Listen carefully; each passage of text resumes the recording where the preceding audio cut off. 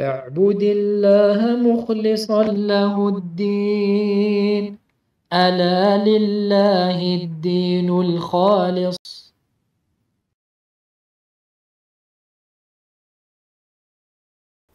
إن الحمد لله نحمده ونستعينه ونستغفره ونعوذ بالله من شرور أنفسنا ومن سيئات أعمالنا.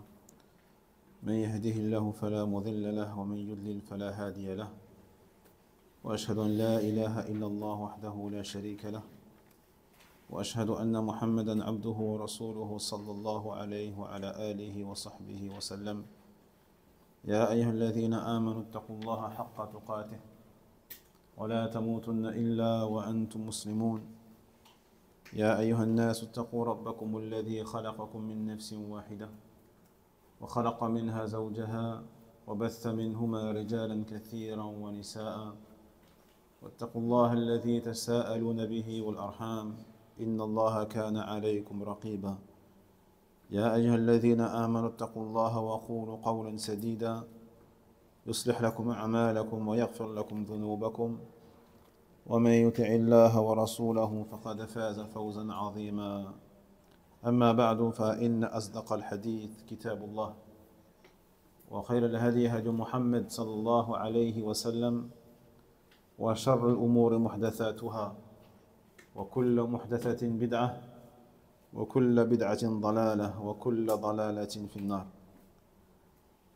اللهم علمنا ما ينفعنا وانفعنا بما علمتنا وزدنا علما نافعا ورزقا طيبا وعملا صالحا. فيا اخوتي في الله،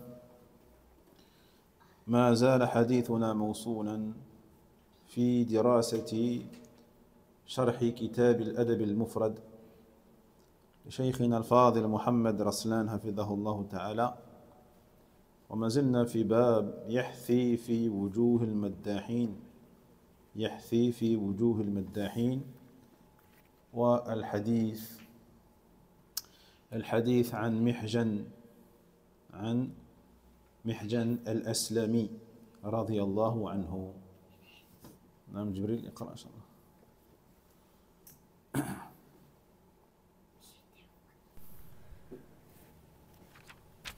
أعوذ بالله من الشيطان الرجيم. قال الإمام البخاري رحمه الله: حدثنا موسى قال حدثنا أبو عوانة عن أبي بشر عن عبد الله بن شقيق عن رجاء بن أبي رجاء عن محجن الأسلمي قال: رجاء أقبلت مع محجن ذات يوم حتى انتهينا إلى مسجد أهل البصرة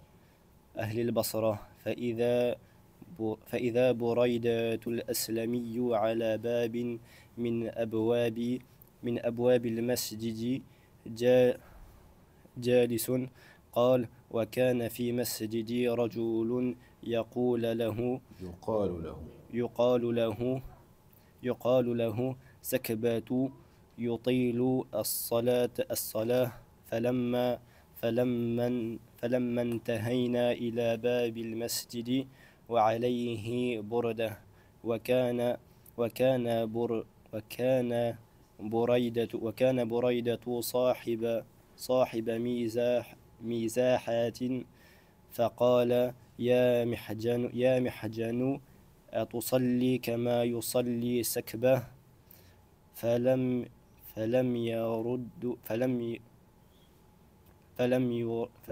يرد عليه محجن ورجع. قال محجن: إن رسول الله صلى الله عليه وسلم أخذ بيدي، فانطلقنا نمشي حتى صعدنا أحدا، فأشرف على المدينة فقال: ويل أمها من قرية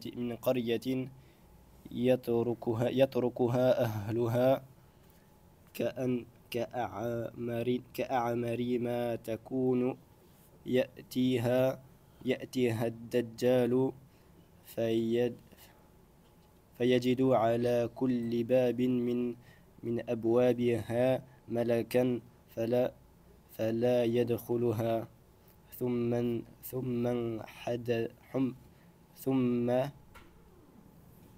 ثم انحدر حتى إذا كنا في المسجد رأى رسول الله صلى الله عليه وسلم رجلا يصلي ويسجد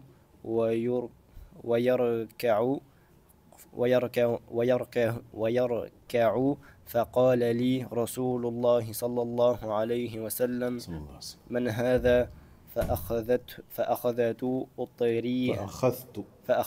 أطريه فقلت يا رسول الله هذا فلان وهذا فقال أمسك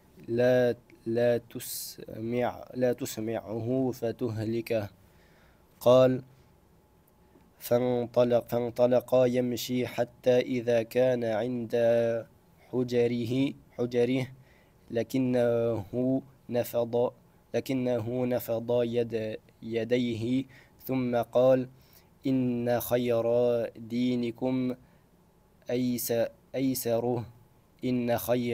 دينكم أيسره ثلاثا.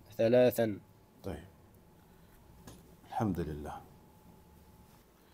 إذن قد ترجمنا هذا الحديث يعني مرارا والحمد لله. المهم اليوم إن شاء الله تعالى ما زلنا نتكلم عن معنى قوله صلى الله عليه وسلم إن خير دينكم أيسره، إن خير دينكم أيسره، وردد ثلاثا. وذكرنا حديثا فيه هذا المعنى، ثم ذكر حديثا آخر وقال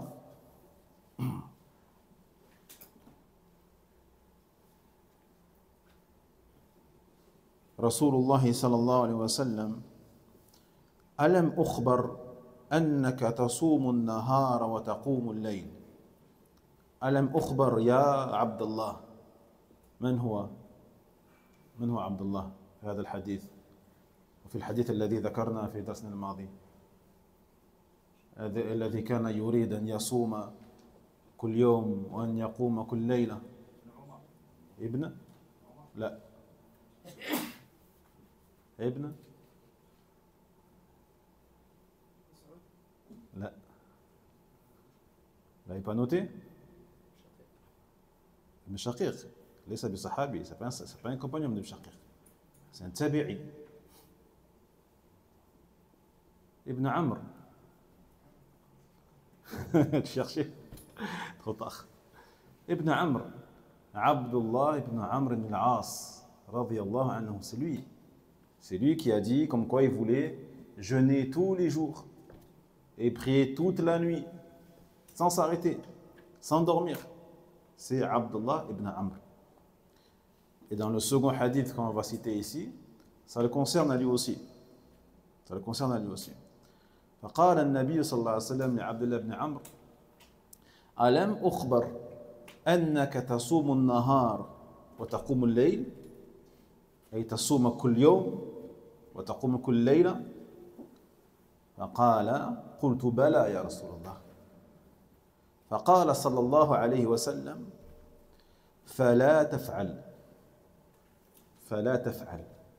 صم وأفطر ونم وقم، فإن لجسدك عليك حقا. إن لجسمك عليك حقا، وإن لعينك عليك حقا، وإن لزوجك عليك حقا، وإن لزورك عليك حقا. من هو الزور؟ الضيف. نعم، الضيف. إن لضيفك عليك حقا. وإن حسبك أن تصوم في كل شهر 3 أيام فقط 3 أيام لكل شهر فإن لك بكل حسنة 10 أمثالها فإن ذلك صيام الدهر صيام الدهر فقال عبد الله ابن ماذا؟ عمرو قلت فشددت فشدد علي شددت فشدد علي قلت يا رسول الله إني أجد قوة إني أستطيع قادر على فعل أكثر من هذا أكثر من 3 أيام فقال صلى الله عليه وسلم صم صيام نبي الله داود صم صيام نبي الله داود ولا تزد عليه يعني لا يجوز أن تزيد على ذلك قال قلت وما صيام نبي الله داود عليه السلام قال كان نصف الدهر كان نصف الدهر لأنه صوم يوم وإفطار يوم فكان عبد الله يقول بعدما كبر بعدما بلغ يعني عمر الكبر قال يا ليتني قبلت رخصة رسول الله صلى الله عليه وسلم يعني عندما وجد مشقة عظيمة يعني عند صيام داود عليه السلام طيب. Et dans une autre version en fait du hadith qu'on a mentionné la semaine dernière concernant donc ce noble compagnon Abdullah ibn Amr ibn al-As radiyallahu anhu, donc il lui dit le prophète alayhi salatu wassalam, ai-je été informé du fait que tu jeûnes tous les jours et que tu pries toute la nuit sans t'arrêter? Et Abdullah de répondre oui au messager d'Allah. Oui. Il lui dit alors, ne fais pas cela. Ne fais pas cela. Jeûne et romps le jeûne. Il jeûne certains jours et il ne jeûne pas certains jours. Dors et prie. Prie certaines parties de la nuit et prie certaines parties de la nuit. Voyez? Après il lui dit, donc il argumente, il lui explique pourquoi il ne peut pas jeûner tous les jours et il ne peut pas prier toute la nuit sans dormir, toutes les nuits. Il lui dit car ton corps a sur toi un droit. Ton corps, qu'Allah tabarak wa ta'ala t'a donné, ce corps-là, il a un droit sur toi. Lahu alayka haqqan. Lahu alayka haqq. Jahid. Donc s'il a un droit sur toi, ça veut dire que tu as un devoir envers lui. C'est ça. Quelqu'un qui a un droit sur toi, ton épouse, elle a des droits sur toi, ça veut dire que tu as des devoirs envers elle. Comme toi, tu as des droits, des huquq alayha, taïb, eh bien, elle a des devoirs envers toi. Et ainsi de suite. Donc ton corps également, il a des droits sur toi et donc tu as des devoirs envers ton corps. Prendre soin de ton corps. Ne pas lui faire du mal volontairement. Ne pas l'épuiser sans le laisser se reposer de temps en temps. Ton corps, il a un droit sur toi. Tu ne peux pas faire ce que tu veux. C'est ton corps, mais c'est avant tout celui qu'Allah t'a donné. C'est celui qu'Allah t'a donné. Et le prophète ici, sallallahu alayhi wa sallam, il nous fait comprendre que ce corps-là qu'Allah nous a donné, on doit en prendre soin. Parce qu'il a un droit sur nous. Puis il dit wa inna li'aynika alayka haqqan. Et tes yeux ou ton œil, il a aussi un droit sur toi. Prends soin d'eux. Ton épouse, elle a un droit sur toi. Celui forcément qui va prier toute la nuit, eh bien, forcément, il ne va pas remplir ses devoirs envers son épouse. Ou celui qui va jeûner toute la journée et tous les jours, également, il ne pourra pas remplir ses devoirs envers son épouse. Ton épouse a des droits sur toi que tu dois respecter et honorer. Et même tes invités. tes invités, ضيوفك, ils ont des droits sur toi. Donc si tu jeûnes tous les jours de la journée, tu ne pourras pas honorer un jour ou un autre les droits de tes invités, forcément. Et pareil pour celui qui dort toute la nuit, qui prie, toute la nuit. Puis il lui dit, il te suffit juste de jeûner 3 jours par mois. Inna hasbaka an tasuma fi kulli shahr 3 ayyamin. 3 jours par mois. C'est suffisant. Car chaque action, elle est multipliée par combien? 10. Par 10. Mais là, Abdullah ibn Amr, il en voulait plus. Il en voulait plus que 3 jours par mois. Pour lui, ce n'était pas assez. Pour lui, il considérait qu'il pouvait faire bien plus que 3 jours par mois. C'est vrai, 3 jours sur 30 jours, qu'est-ce que c'est? C'est pas grand-chose. Il s'est dit, je peux jeûner plus que 3 jours. Et là, il lui dit donc au messager d'Allah, sallallahu alayhi wa sallam, je sais que j'ai assez de force, de capacité pour faire plus. Alors le prophète sallallahu alayhi wa sallam lui en a rajouté. Lui a rajouté parce que c'est lui qui l'a voulu. Si tu as arrêté là, ça aurait été mieux pour lui, comme on va le comprendre à la fin du hadith. Alors le prophète de lui rajouter, de lui dire, jeûne alors le jeûne du prophète d'Allah, Daoud, alayhi salam, qui consiste à jeûner un jour sur 2. Un jour sur 2. Et il lui dit, Hada kana nisf ad-dahr. Kana nisf ad-dahr. Un jour sur 2, c'est la moitié d'une vie. Un jour sur 2, c'est la moitié d'une vie. Puis il dit à Abdullah, une fois qu'il est devenu vieux et qu'il a atteint un âge de vieillesse et donc de fatigue, il dit plutôt, si seulement j'avais accepté la permission du messager d'Allah sallallahu alayhi wa sallam. Il a regretté. Il a regretté, lorsqu'il a atteint un âge de vieillesse, de ne pas avoir accepté le conseil du prophète Muhammad sallallahu alayhi wa sallam de jeûner 3 jours par mois. Pourquoi? Parce que lorsqu'il a commencé à jeûner, donc Siyam Daoud, au début ça va, ça allait au début. Quand tu es jeune, etc., ça allait. Mais quand il a atteint un certain âge, il a eu beaucoup de difficultés. Beaucoup de difficultés, beaucoup de jeûnes. Ça ne veut pas dire qu'il a lâché. Il n'a pas lâché. Il n'a pas lâché. Il s'est accroché. Mais, encore une fois, avec beaucoup de jeûnes, beaucoup de mashaqqa, de difficultés et de jeûnes. Et comme on a dit, et comme il a dit le prophète sallallahu alayhi wa sallam, Inna khayra dinikum aysaruhu. La meilleure pratique de la religion, c'est la plus facile, la plus simple, celle qui présente le moins de gêne, le moins de difficultés. Subhanallah. Ad-din yusr wa suhula. La religion, c'est la facilité. ثم قال في حديث آخر وقال صلى الله عليه وسلم فيما يتعلق بالتلاوة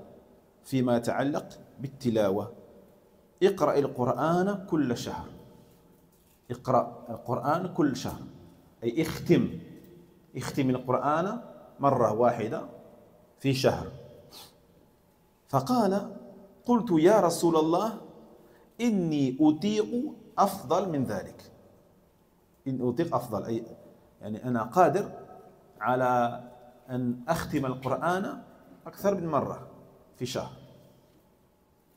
فقال فاقرأه كل 20 يوم فاقرأه كل 20 قال قلت يا نبي الله إني أطيق أفضل من ذلك فقال فاقرأه كل 10 قال قلت يا نبي الله إني أطيق أفضل من ذلك فقال فاقرأ في كل 7 في كل أسبوع ولا تزد على ذلك قال فشددت فشدد علي قال النبي صلى الله عليه وسلم إنك لا تدري لعلك يطول بك عمر. إنك لا تدري لعلك يطول بك عمر. فصرت إلى الذي قال النبي صلى الله عليه وسلم فلما كبرت وددت أني كنت قبلت رخصة النبي صلى الله عليه وسلم.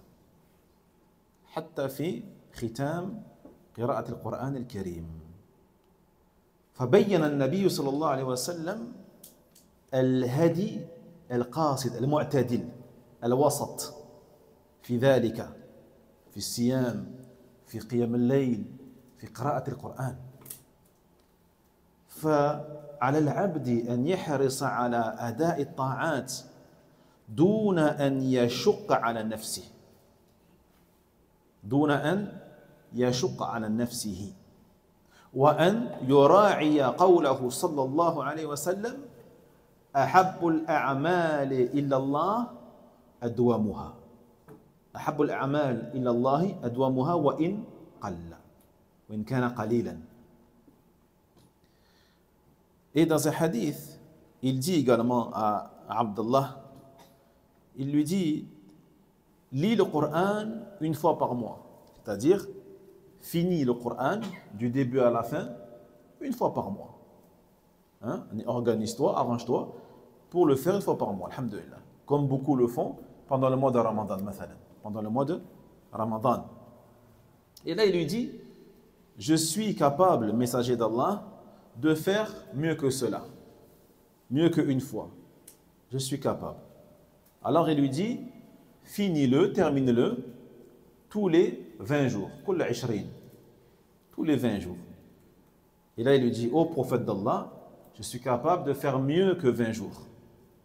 Et il lui dit, finis-le alors tous les 10 jours, tous les 10 jours. Et il lui dit, ô prophète d'Allah, je suis capable de faire mieux que 10 jours, mieux que ça. Il lui dit alors, finis-le tous les 7 jours, une fois par semaine. Une fois par semaine, et ne fais pas plus que cela. Ne fais pas plus que au moins de 7 jours.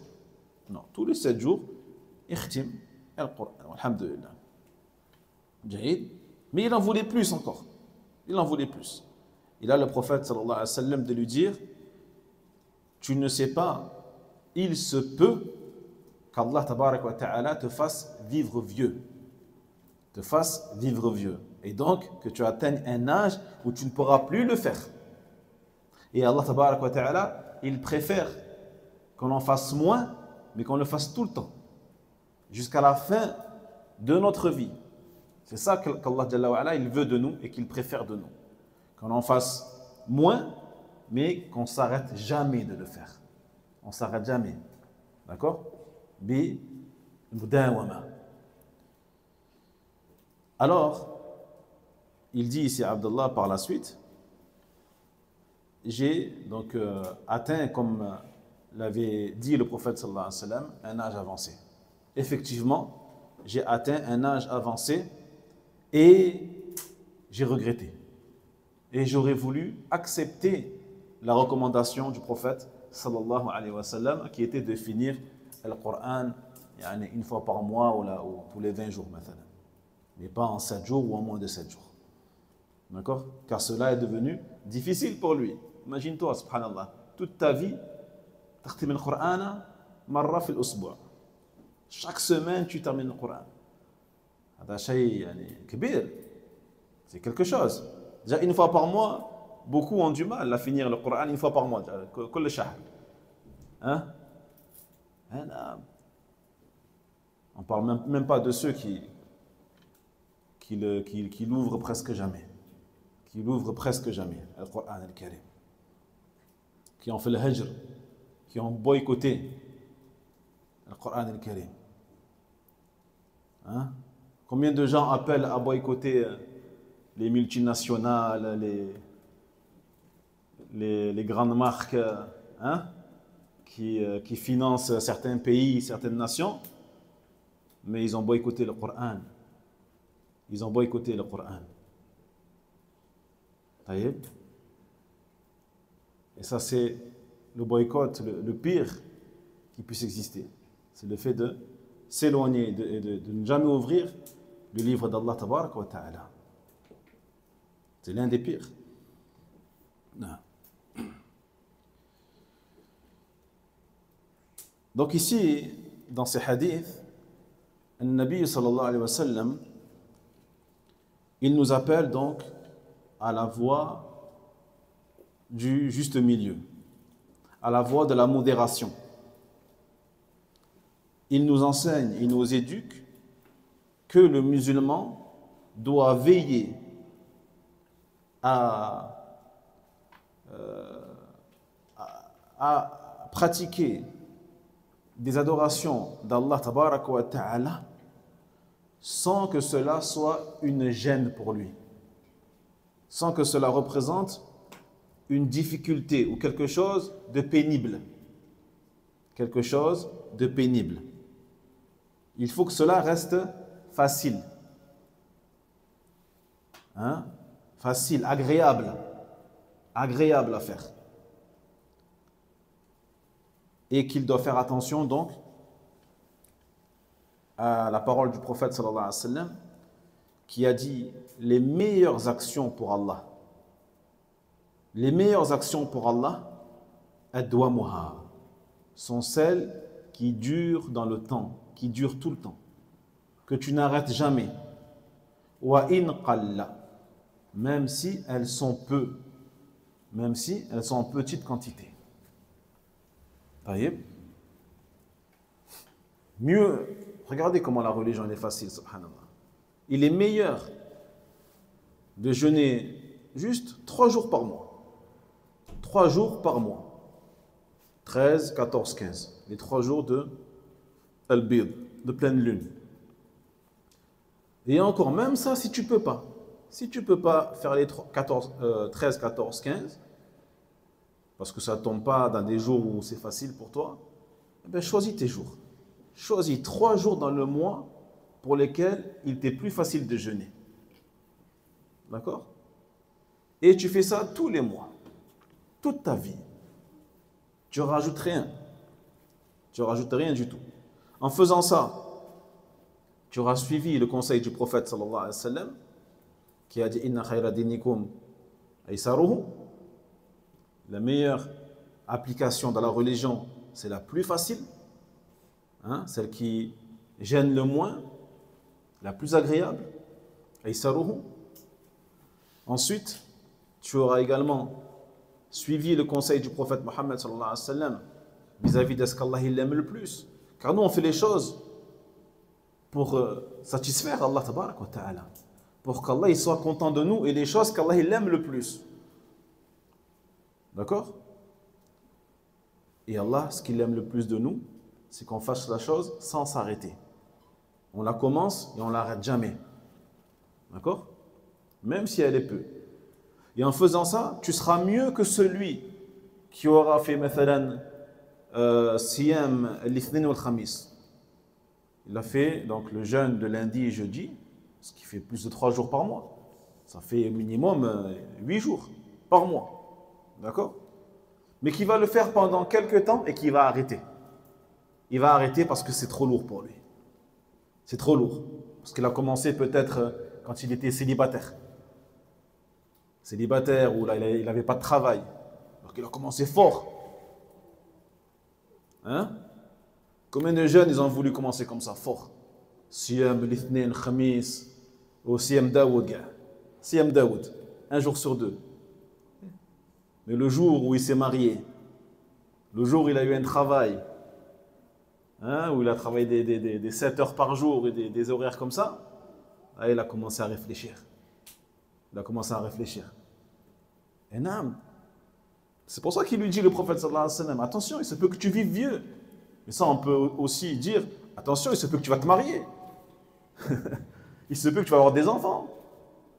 Il se peut que tu vas avoir un travail qui va te prendre beaucoup de temps, qui va t'épuiser, un travail physique. Il se peut, il faut penser à tout ça. Donc commence tout doucement, bitadarruj. Commence doucement, progressivement. Et après, tu vois, tu doses après. Tu doses en fonction, d'accord? Tu t'adaptes Si tu peux faire plus tard, tu verras, Inch'Allah. Mais commence doucement. Commence doucement, alhamdoulilah. Et c'est comme ça qu'on avance, Inch'Allah ta'ala. Car la meilleure des actions, encore une fois, c'est celle qui dure dans le temps. Qui dure dans le temps. Même si tu en fais moins que certains qui vont commencer, mais qui vont arrêter. Qui vont arrêter. Et qui vont plus rien faire pendant quelques temps. Après, ils vont reprendre, ils vont arrêter, ils vont reprendre, ils vont arrêter, ils vont reprendre, ils vont arrêter. Ceux qui font ça, la yantafi'ouna. La yantafi'ouna. Ceux qui veulent profiter vraiment de leurs actions, ce sont ceux qui sont réguliers, constants. Constants. Dans tout ce qu'ils font. Que ce soit dans les ibadat, même dans les choses de la dunya. Tu le vois dans les choses de la dunya. Celui qui réussit, c'est celui qui est constant. Tout le temps. Dans n'importe quel domaine professionnel.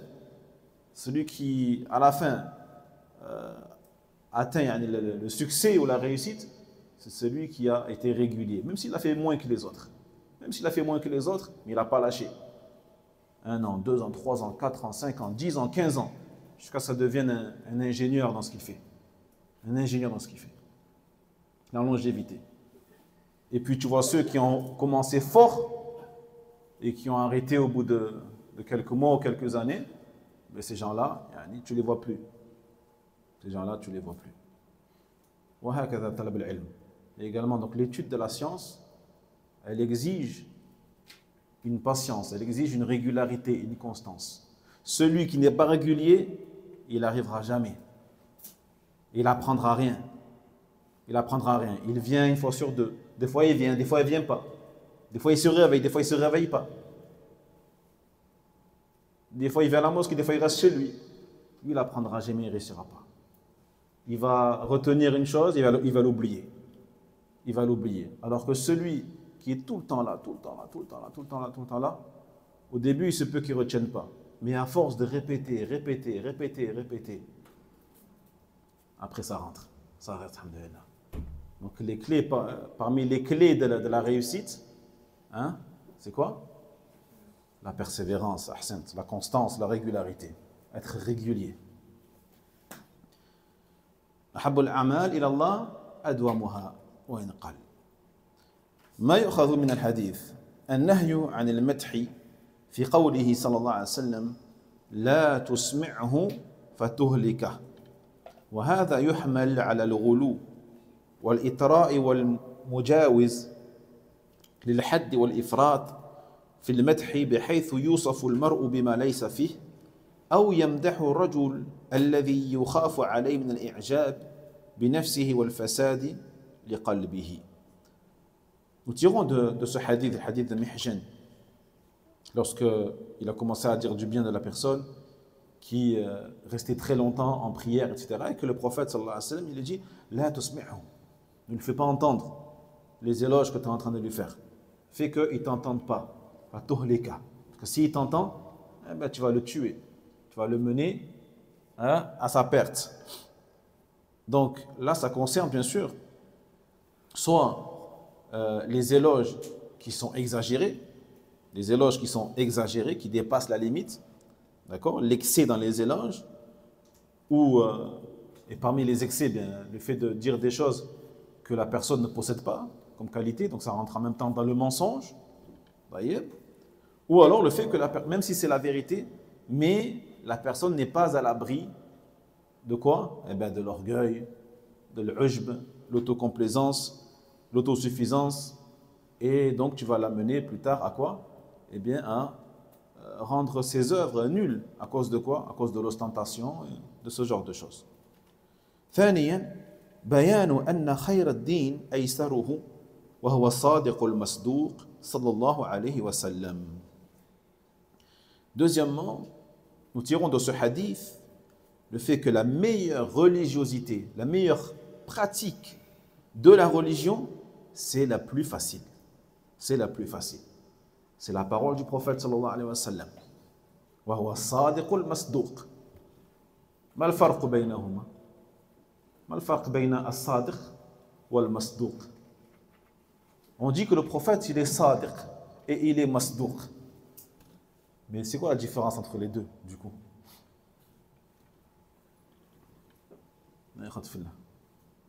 الصادق واضح فيما يخبر به هو الصادق. يخبر يعني بالحق. ومصدوق يعني موافق لما يقول. موافق لما يقول. لا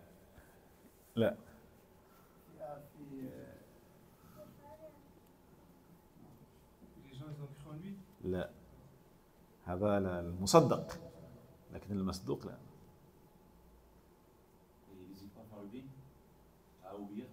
لا. الفرق لطيف. الصادق كما قلت لا لا الصادق فيما يخبر به أي لا ينطق إلا الحق. والمصدوق فيما يخبر به طيب، فيما يصل إلى أذنيه. والقرآن حق، والوحي حق، والسنة حق. هذا هو الفرق. الحمد لله. Donc la différence elle est minime, enfin elle est minime. Elle est subtile. As-Sadiq, le véridique. Donc c'est clair, le véridique, celui qui prononce que la vérité. Lorsqu'il prononce quelque chose, c'est le haq, c'est la vérité. هذا هو الصادق.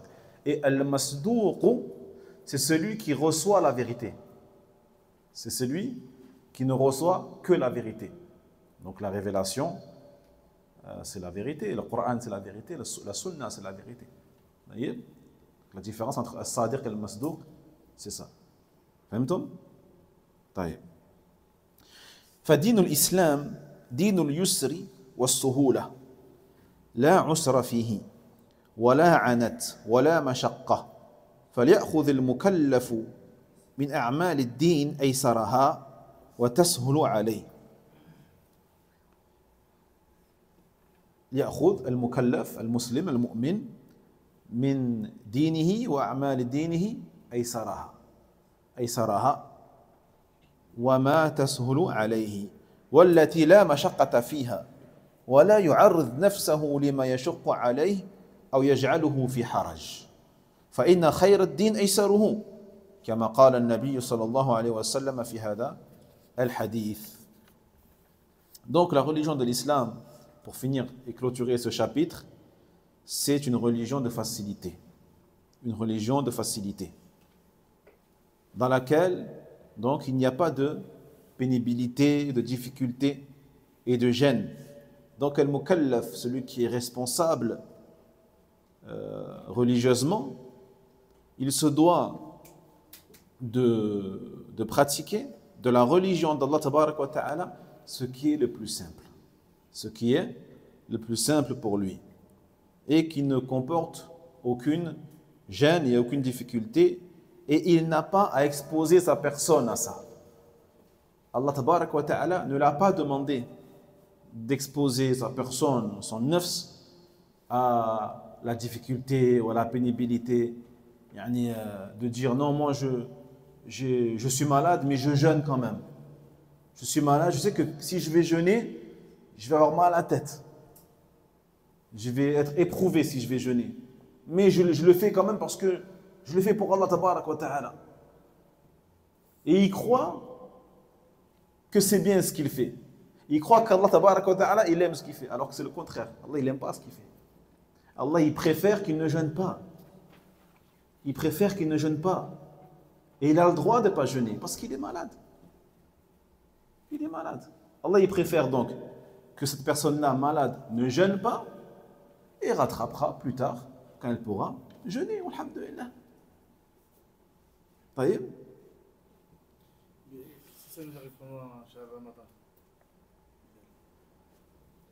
C'est de ça dont je parle. C'est de ça dont je parle. Je ne parle pas des jeûnes facultatifs, moi je parle des jeûnes obligatoires. Mais les jours du Shahr Ramadan sont meilleurs que les autres jours de l'année. Tu veux relire le hadith? قال النبي صلى الله عليه وسلم إن خير دينكم أيسره. خلاص. انتهى الأمر. طيب. Celui qui fait le contraire et qui croit faire le bien, il a fait le mal. Il a fait le mal. Il s'impose une chose qu'Allah tabarak wa ta'ala ne lui a pas imposée. Ne lui a pas imposée. Si le fait de jeûner, ça empire sa maladie, هذا لا يجوز. En vrai, هذا لا يجوز. On ne parle même pas de makruh, la détestable. هذا لا يجوز. لا تلقوا بأيديكم إلى التهلكة. Ne vous jetez pas vous-même dans la perte, dans la perdition. Donc si ça aggrave ta maladie, tu n'as pas le droit de jeûner.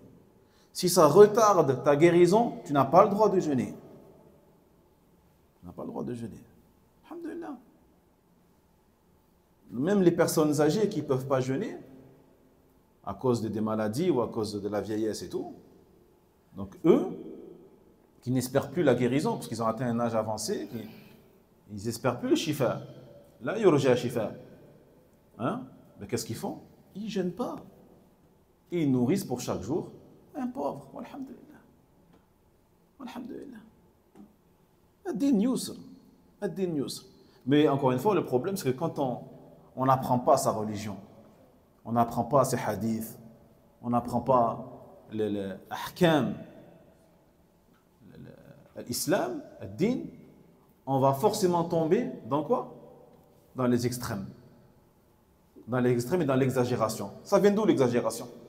Ça vient d'où l'extrémisme? Ça vient de l'ignorance. Ça vient de l'ignorance. Donc l'ignorance, elle amène à l'un des deux extrêmes.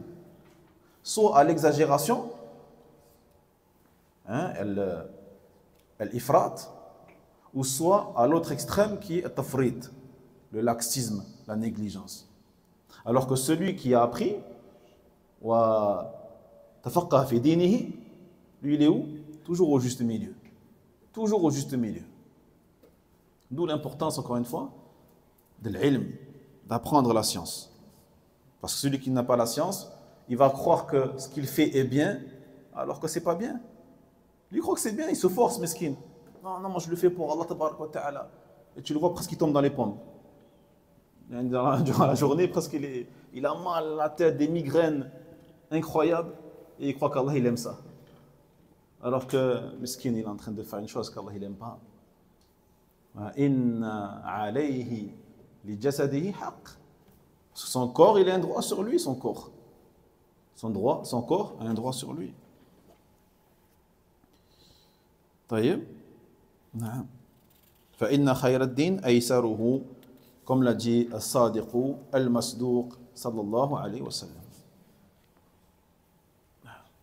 جبريل اقرأ إن شاء الله. باب من مدح في الشعر. قال الإمام البخاري رحمه الله: باب من مدح في الشعر. حدثنا محمد قال حدثنا حجاج قال حدثنا حماد بن سلمة عن علي بن زيد عن عبد الرحمن بن أبي بكرة عن الأسود بن سريع قال: أتيت النبي صلى الله عليه وسلم فقلت: يا رسول الله قد مدحت الله بمحامد ومدح وإياك. فقال: أما إن ربك يحب الحمد. فجعلت أنشده فاستأذن رجل طوال أصلع فقال لي النبي صلى الله عليه وسلم: اسكت. فدخل فتكلم ساعة ثم خرج فأنشدته ثم جاء فسكتني ثم خرج فعل ذلك مرتين أو ثلاثا. فقلت: من هذا الذي سكتني؟ من هذا الذي سكتني من هذا الذي سكتني له قال هذا رجل لا يحب الباطل. نعم طيب. Donc on passe à un nouveau chapitre intitulé Celui qui fait les éloges à travers une poésie ou à travers la poésie, le shi'r. D'accord? La poésie. Donc il dit le Bukhari rahimahullah ta'ala, Muhammad nous a rapporté, et Muhammad al-Bikindi nous a rapporté, Hajjaj nous a rapporté, et Hajjaj ibn Minhal, Hajjaj ibn Minhal. قال حدثنا حماد بن سلمة عن علي بن زيد عن عبد الرحمن بن أبي بكر عن الأسود بن السريع. Donc selon tous ces gens-là, donc il dit Al-Aswad ibn Sari' qui a dit je vins auprès du prophète sallallahu alayhi wa sallam et je lui dis ô messager d'Allah, j'ai fait les éloges d'Allah subhanahu wa ta'ala, j'ai fait les éloges d'Allah subhanahu wa ta'ala à travers des formes de louange, des expressions de louange, wa iyyaka, ainsi que tes éloges à toi. J'ai écrit une poésie dans laquelle je loue Allah tabaraka wa ta'ala, j'ai fait les éloges d'Allah subhanahu wa ta'ala, ainsi que tes éloges à toi. Le prophète de lui dire, sallallahu alayhi wa sallam, certes, ton Seigneur aime la louange. Ton Seigneur, il aime qu'on le loue et il aime qu'on fasse sa louange. Faj'altu unshidu. Et vous remarquerez qu'il n'a pas parlé de lui. Il n'a pas dit et moi aussi j'aime la louange. Il a juste dit Allah il aime qu'on fasse ses louanges et ses éloges. Parce qu'il est connu que le prophète sallallahu alayhi wa sallam n'aimait pas qu'on exagère dans les éloges. Et il a repris plusieurs fois les compagnons, certains compagnons, lorsqu'ils avaient fait ces éloges devant les gens. El-Muhim, il dit ici, ton Seigneur aime la louange. Alors je commençais à lui donc réciter la poésie. Lorsque un homme demanda la permission d'entrer, un homme qui était tiwal, donc grand de taille, et asla'. C'est quoi asla'? Avec les cheveux, il y a dégarnis. Dégarnis surtout devant. Asla', devant. D'accord? C'est qui cet homme? Grand de taille, avec les cheveux dégarnis ici. Quel compagnon? Hein? Ça vous dirait? Omar Ahsan. Omar al-Khattab, radiyallahu anhu. D'accord? Donc Omar, cet homme-là, donc il était grand de taille, avec les cheveux un peu dégarnis, il entra. Et lorsqu'il entra, le prophète sallallahu alayhi wa sallam, il a dit à ce poète-là, il lui a dit « Uskut » arrête. Silence, arrête de parler. D'accord? Et Omar, donc, il entra, et il parla pendant 1 heure avec le prophète sallallahu alayhi wa sallam. Puis il sortit. Alors le poète, Al-Aswad bin Sari', il continua donc à dire sa poésie, etc., etc. Puis Omar il revint une deuxième fois. Et là pareil, il lui dit Uskut. Dès que Omar il rentre, il lui dit Uskut. Et cela s'est produit 2 ou 3 fois. 2 ou 3 fois, à chaque fois que Omar est rentré, il disait à Al-Aswad Uskut. Et là Al-Aswad il lui dit Man hada alladhi sakkatani lah. Donc il ne connaissait pas Omar. Il lui dit qui est cet homme pour lequel tu m'as fait taire 2-3 fois? Et là il lui dit Hada rajul la yuhibbu al-batil. Il lui dit c'est un homme qui n'aime pas le batil, qui n'aime pas le faux, qui n'aime pas le faux ou le mensonge. Mais on verra que le mot batil, ça englobe beaucoup de choses. Ça englobe le mensonge, ça englobe les paroles futiles, hein, etc., etc. Mais on va expliquer Inch'Allah Ta'ala. هذا الحديث أولا ضعيف بهذا التمام وصحة مختصرة. Déjà, il faut savoir que ce hadith, il y a une partie qui est sahih et une partie qui est da'if. Donc la partie qui est authentique, elle va jusqu'à Ama inna rabbaka yuhibbu al-hamd. Elle va jusque-là.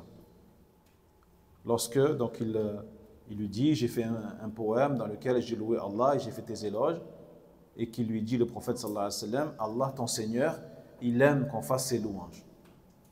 Jusque-là, c'est authentique, alhamdulillah. Et tout ce qui vient après, la suite, c'est daïf.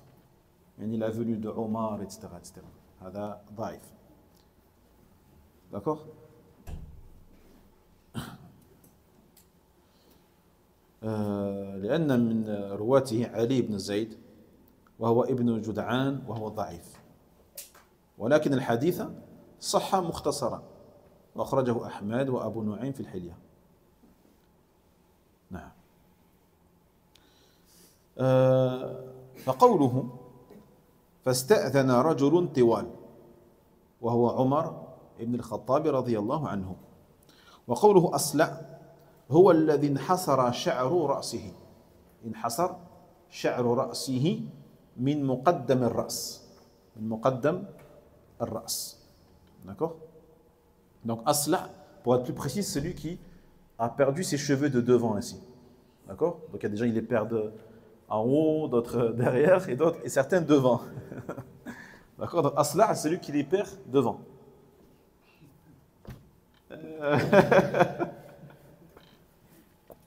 نعم. فقوله فأنشدته أي أسمعته الشعر. D'accord? Donc le verbe anshada, anshada, ça veut dire faire entendre une poésie à quelqu'un. أنشدته أي أسمعته الشعر. فقوله هذا الرجل لا يحب الباطل أي لا يحب صناعة الشعر ولا يحب اتخاذه كسبا بالمدح والذم. نعم. Donc il dit ici le prophète sallallahu alayhi wa sallam, même si on a dit que cette partie elle est daïf, mais il a été rapporté dans d'autres hadiths authentiques que Omar il n'aime pas ça. Il n'aime pas ça. Mais qu'est-ce qu'il n'aime pas vraiment? Qu'est-ce qui est visé par al-batil ici? Il dit le cheikh, Omar il n'aimait pas que les gens écrivent des poésies, d'accord, et s'en servent pour des intérêts de la dunya. Pour gagner de l'argent. Ils écrivent, ils font les éloges de un tel ou de un tel ou de un tel. Pourquoi? Pour que les gens leur donnent de l'argent. Et Omar, il détestait ça. Il détestait cela. Donc c'est ça dont on parle ici, al-batil.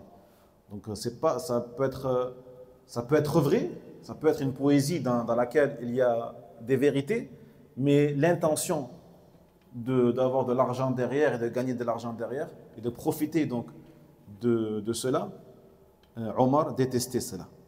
نعم. يؤخذ من هذا الحديث منقبة لعمر رضي الله عنه وهي ثابتة له من غير هذا الحديث فإنه لم يكن من الباطل في شيء رضي الله عنه. Donc on voit ici dans ce athar ou dans ce hadith ce mérite, cette qualité de Omar ibn Khattab radiyallahu anhu qui a été rapporté dans d'autres hadiths, d'accord? Même si ce hadith il est faible, on a dit que d'autres hadiths ont rapporté cette qualité-là de Omar qui détestait ce genre de choses. Ce genre de choses. ثانيا إيماء إلى كراهة صناعة الشعر واتخاذه كسبا بالمدح والذم لأنه لا منفعة فيه ولا تحصيل لأمر الآخرة وكل لذة تمنع لذة الآخرة فهي باطلة. Deuxièmement, on a dans ce hadith le fait qu'il est détestable d'écrire des poèmes dans le but de gagner de l'argent. Que ce soit des poèmes consistant à dire du bien de quelqu'un ou des poèmes qui consistent à blâmer des personnes. Bil madhi wa dham. Car ce genre de poésie, ce genre de poèmes n'ont aucun intérêt. N'ont aucun intérêt pour l'akhirah. Cela ne t'apporte rien dans l'au-delà. Et tout ce qui ne t'apporte aucun intérêt pour l'au-delà, on peut dire que c'est batil. On peut dire que c'est batil. Est-ce que la chose, elle a un intérêt fil akhirah? Est-ce qu'elle t'apporte des récompenses dans l'au-delà? Si la réponse est non, tu peux dire que cette chose-là, elle est batil. C'est futile, c'est inutile. caduque, inutile. D'accord? Une chose qui est vraiment nafi', qui est vraiment bénéfique, c'est une chose qui te profite dans l'au-delà. Dans l'au-delà. وقد يشكل على بعض من ينظر النظرة الأولى فالنظرة الأولى دائما حمقى. النظرة الأولى دائما حمقى. إذا ما نظر في هذا الحديث مع أنه لم يثبت قوله هذا الرجل لا يحب الباطل، وهذا لا يعني أن النبي صلى الله عليه وسلم كان يحب شيء من الباطل، هذا لا يعني أن النبي صلى الله عليه وسلم كان يحب هذا، بل كان صلى الله عليه وسلم مأمورا بالتأليف القلوب، مأمورا بالتأليف القلوب، فصبر عليه، صبر على هذا الشاعر، وهو ينشد حتى يقضي ما جاء لأجله، حتى يقضي ما جاء لأجله. Il dit le cheikh, certaines personnes, il se peut qu'ils comprennent mal ce hadith, même si on a vu que la seconde moitié elle est faible. Parce qu'au premier abord, à la première lecture, eh bien, on risque d'avoir une mauvaise compréhension de ce hadith. Et il dit le cheikh, souvent, même tout le temps, la première lecture, elle est hamqa, elle est fausse. La première lecture, elle est toujours fausse. D'accord? Donc il faut relire plusieurs fois pour bien comprendre les teneurs et le contenu des mots. D'accord?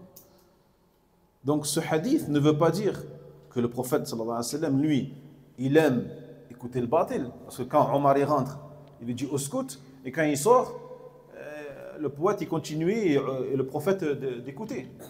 D'accord? Mais est-ce que Omar il l'aime pas et le prophète il l'aime? Billah, non. Le prophète il n'aime pas non plus le batil. D'accord? Au contraire. Mais Nabi sallallahu alayhi wa sallam, Allah tabarak wa ta'ala lui a ordonné de quoi? De patienter sur certaines personnes. De patienter sur certaines personnes. Min bab at-ta'lif al-qulub. Ta'lif al-qulub. Al-mu'allafat qulubuhum. Dans le but de lier les cœurs et de gagner les cœurs des gens. Et de gagner les cœurs des gens. Et donc le prophète sallallahu alayhi wa sallam a dû patienter même sur des choses qu'il n'aime pas à la base. هذا يسمى ماذا؟ Comment on appelle ça cet acte? Mudarat. Des mudarat. Combien de cours on a fait sur ça? Mudarat. Donc c'est le fait de quoi mudarat? Le fait de faire quelques concessions au niveau de la dunya. Tu concèdes des choses de la dunya, peut-être quelques minutes, quelques temps, que tu n'as pas forcément envie de donner à la personne. Mais tu vas concéder ces temps-là, ces minutes ou ces heures peut-être, ou tu vas concéder peut-être quelques sourires, quelques comportements, des visages radieux, des visages avenants, dans un intérêt de l'akhirah. Dans un intérêt de l'akhirah. Et min المصالح الأخروية ماذا؟ تأليف القلوب. Il fait partie certainement des intérêts de l'akhirah, le fait de relier les cœurs et d'unir les cœurs. Et n'oubliez pas la parole du prophète sallallahu alayhi wa sallam. Inna min sharri nas ماذا؟ Inna min sharri nas man ittaqiya li fuhshihi. Man ittaqiya li fuhshihi. Et aussi la parole du prophète sallallahu alayhi wa sallam, il dit, fait partie des pires des personnes, ceux dont tu te préserves de leur mal. Ceux dont tu te préserves de leur mal. C'est-à-dire que tu vas faire preuve de mudarat, d'une politesse sage, alors que tu n'as pas forcément envie d'être poli avec eux, parce qu'ils sont des gens mauvais, des gens qui ont un mauvais comportement et qui sont nocifs, mais tu vas adopter un comportement particulier afin de te préserver de eux, afin de te préserver de leur mal. D'accord? Ça aussi, ça fait partie de al-mudarat. De al-mudarat. D'accord? Donc il a patienté sur cet homme-là jusqu'à ce qu'il ait terminé sa poésie et qu'il ait eu ce qu'il a voulu. Et qu'il ait eu ce qu'il a voulu. ثالثا في الحديث إشارة لطيفة من النبي صلى الله عليه وسلم للرجل أنه لا يحب الشعر غير أنه صبر عليه منشدا على مضض تأليفا لقلبه. D'accord? Dans le hadith, donc on a encore une fois, on répète un peu ce qu'on a dit précédemment, donc la gentillesse, la douceur et le comportement, la patience du prophète sallallahu alayhi wa sallam. Par rapport au fait qu'il est patienté, yani ala madad, à contre-cœur. Des fois, tu dois faire des choses à contre-cœur. Pourquoi? Parce qu'il y a un intérêt plus grand que toi. Un intérêt plus grand que tes propres intérêts personnels, qui est l'intérêt de l'islam, l'intérêt général, la guidance des gens. Que les gens soient guidés vers Allah tabarak wa ta'ala. L'intérêt de faire sauter les clichés que les gens ils ont sur les musulmans, par exemple, aujourd'hui. Combien aujourd'hui on se doit de faire preuve de mudarat aujourd'hui? Combien? Subhanallah. Pourquoi? Eh bien, pour faire sauter encore une fois les clichés, hein, les préjugés, l'image que ces shayatines ou que ces gens qui veulent, qui le font volontairement pour salir l'image de l'islam et l'image des musulmans, parce qu'ils voient que l'islam se propage à une allure, une grande allure, alhamdoulilah. Donc ils vont faire volontairement véhiculer une mauvaise image de l'islam. Donc aujourd'hui, on se doit de faire sauter tous ces clichés, toutes ces images-là et toutes ces fausses informations. Et pour ça, on est obligé de faire comme il a fait le prophète sallallahu alayhi wa sallam. Mudarat. Patienter. Afin de quoi?